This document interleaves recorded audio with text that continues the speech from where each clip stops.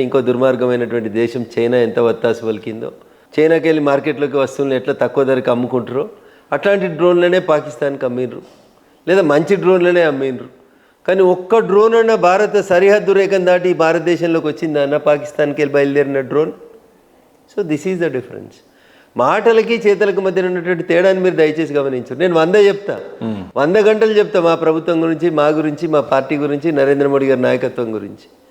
కానీ నేను అవన్నీ చెప్తలేనన్నా. బువ్వ ఉడికిందా లేదా ఒక మెతుకు చూస్తే చాలు.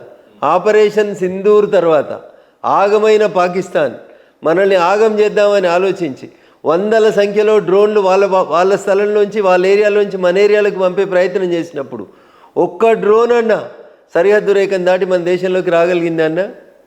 రాలేదు. ఎవరు గొప్పతనం అన్నా?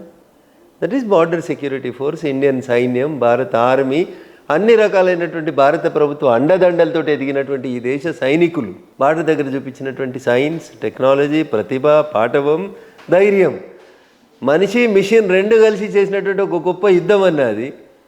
అందుకనే ఒక్క డ్రోన్ అన్నా, కనీసం ఒక్క డ్రోన్ అన్నా మన దేశంలోకి రాకుండా ఆపగలిగినామంటే ఇగో ఇది ఈ దేశంలో నరేంద్ర మోడీ గారి నాయకత్వంలో గత 11 సంవత్సరాల్లో మేక్ ఇన్ ఇండియా కింద భారత సైన్యానికి మనం సమకూర్చినటువంటి అనేక రకాలైనటువంటి పరికరాల గొప్పతనం.